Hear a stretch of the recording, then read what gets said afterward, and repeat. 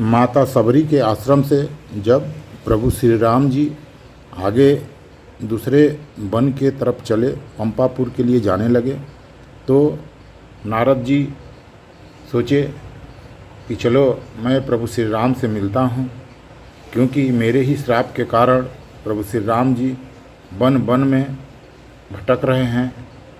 सो क्यों न चल कर के भगवान श्री राम से प्रार्थना करूं। वही प्रसंग है। अति प्रसन्न रघुनाथ ही जानी, पुनि नारद बोले मृदुबानी। राम जबहि प्रेरेउ निज माया, मोहेउ मोहि सुनहु रघुराया। श्री रघुनाथ जी को अत्यंत प्रसन्न जानकर नारद जी फिर कोमल वाणी में बोले, हे रघुनाथ जी सुनिए, अब आपने अपनी माया को प्रेरित करके मुझे मोहित किया था। तब विवाह मैं चाहूँ किन्हा, प्रभु के ही कारण करे न दिन्हा।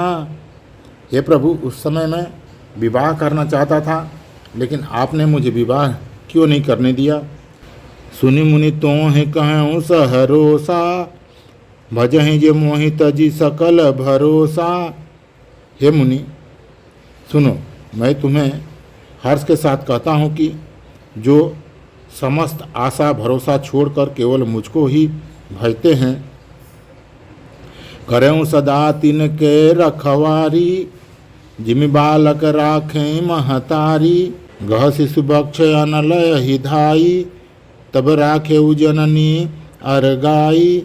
मैं सदा उनकी वैसे ही रखवाली करता हूँ जैसे माता बालक की रक्षा करती है। छोटा बच्चा जब दौड़कर आग और सांप को पकड़ने जाता है तो वहाँ माता उसे अपने हाथों से अलग करके बचा देती है। प्रौढ़ भय तेई सुत पर माता, प्रीत करई नहीं पाछिल बाता। मोरे प्रौढ़ तनय समज्ञानी, बालक सुत समदास यमानी। सयाना हो जाने पर उस पुत्र पर माता प्रेम तो करती है, परंतु पिछली बात नहीं करती, अर्थात मातृपरायण शिशु की यह फिर उसको बचाने की चिंता नहीं रहती है, क्योंकि वह माता पर निर्भर न रहकर अपनी रक्षा खुद कर सकता है। ज्ञानी मेरे प्रौढ़ सयाने पुत्र के समान हैं और तुम्हारे जैसा अपने बल का मान न करने वाला सेवक मेरे शिशु पुत्र के समान है। जनहि मोर बल निज बलताही, दुख काम क्रोध रिपुआही। यह विचार पंजित मोहि भजही, आयहु ज्ञान भगति नहीं तजही। मेरे सेवकों को केवल मेरा ही बल रहता है और उसे ज्ञान को अपना बल होता है, पर काम क्रोध रूपी शत्रु तो दोनों के लिए है। भक्तों के शत्रुओं को मारने की जिम्मेदारी मुझ पर रहती है, क्योंकि वह मेरे परायण होकर मेरा ही बल मानता है, परंतु अपने बल को मानने वाले ज्ञानी के शत्रुओं का नाश करने की जिम्मेदारी मुझ पर नहीं है। ऐसा विचार कर पंडित जन बुद्धिमान लोग मुझको ही भजते हैं। वे ज्ञान प्राप्त होने पर भी भक्ति को नहीं छोड़ते हैं। काम क्रोध लोभादि मद, प्रबल मोह कै धार। तिन महयति दारुण दुखदा, माया रूपी नार। काम क्रोध लोभ और मद आदि मोह अज्ञान की प्रबल सेना है। इनके माया रूपी स्त्री तो अत्यंत दारुण दुख देने वाली है।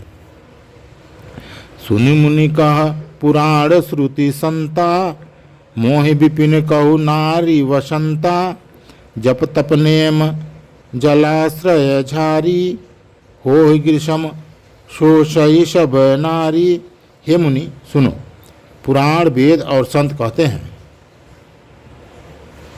कि मोहन रूपी वन को विकसित करने के लिए स्त्री वसंत ऋतु के समान है। जप तप नियम की संपूर्ण जल के स्थानों को स्त्री ग्रीष्म रूपी होकर सर्वथा सोख लेती है। दुर्वासना मुकुद समुदायी तिनकह शरद सदा सुखदाई। काम क्रोध मद और मत्स्य आदि मेढक हैं। इसके वर्षा ऋतु होकर वर्ष प्रदान करने वाली एकमात्र यही स्त्री हैं। बुरी वासनाएं मकुदों के समूह हैं। उनको सदैव सुख देने वाली यह शरद ऋतु है। धर्म सकल सर सिरुह वृंदा धर्म सकल सर सिरुह वृंदा होय हिम तिन दहन सुख मंदा। पुनि ममता जवास बहुताई पलुहै नारी श्री श्री ऋतु आई। समस्त धर्म कमलों के झुंड हैं। यह नीच विषय जयंत सुख देने वाली स्त्री हिम ऋतु होकर उन्हें जला डालती है। फिर माता रूपी जवास का समूह वन स्त्री रूपी शिशिर ऋतु को पाकर हरा भरा हो जाता है। पापूलूक निरक सुखकारी नारी निबिड़ रजनी अधियारी। बुद्धिबलशील सत्य सब बीना बुद्धिबलशील सत्य सब मीना। बनसी समत्रिय अहाहि प्रवीणा।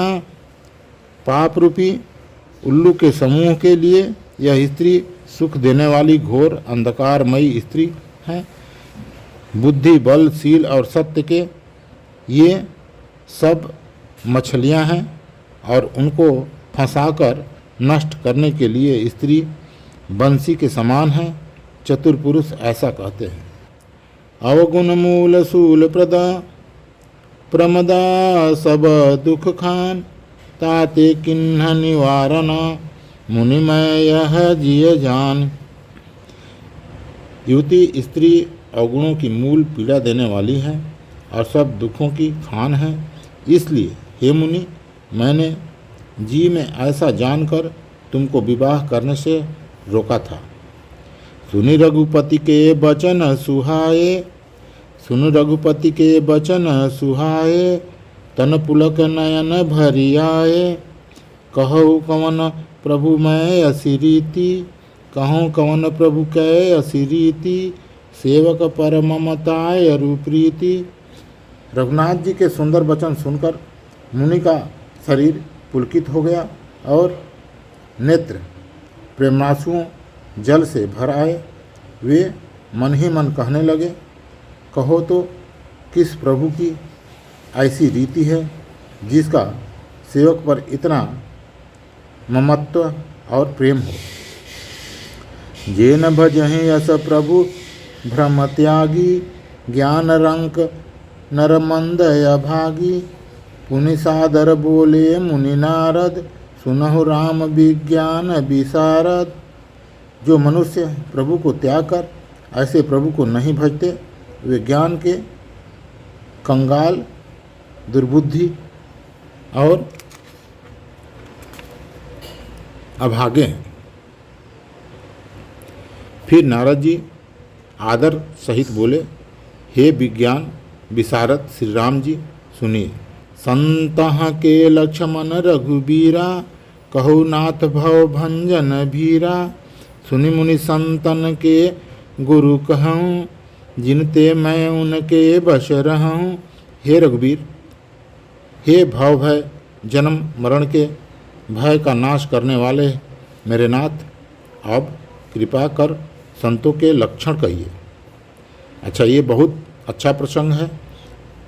ऋषि नारद जी ने भगवान से पूछे कि जो आपके भक्त होते हैं, जो संत होते हैं, उनके लक्षण क्या हैं। सो प्रभु श्री रामचंद्र जी ने उनको अपने भक्तों के लक्षण बताए। खट विकार जिति अनघय कामा। अचल अकिंचन सुचि सुख धामा। अमित बोध अनिहमित भोगी। सत्यसार कवि को विद जोगी। वे संत काम क्रोध लोभ मोह मद और मत्स्य इन 6 विकारों दोषों को जीते हुए, पाप रहित, कामना रहित, निश्चल, बाहर भीतर से पवित्र, सुख के धाम, असीम ज्ञानवान, इच्छा रहित, मिताहारी, सत्यनिष्ठ, कवि, विद्वान, योगी होते हैं। सावधान मानस मदहीना, धीर धर्म गति परम प्रवीणा। सावधान, दूसरों को मान देने वाला, अभिमान रहित, धैर्यवान, धर्म के ज्ञान और आचरण के अत्यंत निपुण होते हैं। गुनागार संसार दुख रहित विगत संदेह, तजी मम चरण सरोज प्रिय, तिन कहु देहन गे। गुणों के घर संसार के दुखों से रहित और संदेहों से सर्वथा छूटे हुए होते हैं। वे चरण कमलों छोड़कर उनको न देह ही प्रिय है और न उसको घर ही प्रिय है। केवल वह भगवान के भजन में ही लगे रहते हैं। उनको सबसे अच्छा भगवान का भजन ही लगता है। निज गुण श्रवण सुनत सकुचाही, पर गुण सुनत अधिक हर्षाही। वह अपना गुण अगर सुनते हैं, कोई उनका बखान करता है तो बहुत लजाते हैं, सकुचाते हैं, पर दूसरे के गुण सुनकर हर्षित होते हैं। समशीतल नहीं त्यागहि नीति, सरल स्वभाव सबहि सन प्रीति। वह शीतल जल के माफिक होते हैं। वह हमेशा दूसरों के परोपकार के लिए सोचते रहते हैं। अपना नीति नियम नहीं छोड़ते हैं, कितना भी कष्ट आए। जप तप व्रत दम संयम नेमा, गुरु गोविंद विप्र पद प्रेमा। श्रद्धा क्षमा मैत्री दाया, मुदिता मम पद प्रीत यमाया। वे जप तप व्रत दम संयम और नियमों में रत रहते हैं और गुरु गोविंद तथा ब्राह्मणों के चरणों में प्रेम रखते हैं। उन्हें श्रद्धा, क्षमा, मैत्री, दया, मुदिता, प्रसन्नता और मेरे चरणों में निष्कपट प्रेम रहता है। विरति विवेक विनय विज्ञाना, बोधि जथारथ वेद पुराना। दंभ मान मद करहि न काऊ, भूल न देहि कुमारग पाऊ। तथा वैराग, विवेक, विनय, विज्ञान, परमात्मा के तत्व का ज्ञान और वेद का, पुराण का अर्थात ज्ञान रहता है। पुराण का यथार्थ ज्ञान रहता है। वे दंभ, अभिमान और मद कभी नहीं करते और भूल कर भी कुमार्ग पर पैर नहीं रखते। गावहि सुनहि सदा मम लीला, गावहि सुनहि सदा मम लीला। हेतु रहित परहित रतशीला, मुनि सुन साधुन के गुण जेते। कही न सकहि सारद श्रुति तेते।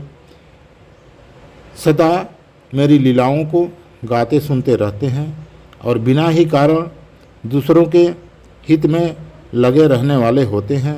हे मुनि सुनो, संतों के जितने गुण हैं उनको सरस्वती और वेद भी नहीं कह सकते।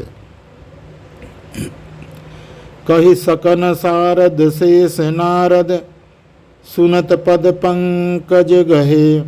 अस दीन बंधु कृपाल अपने, भगत गुण निज मुख कहे।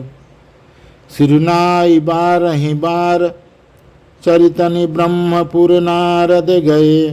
ते धन्य तुलसीदास, आस विसार जे हरि रंग गहे।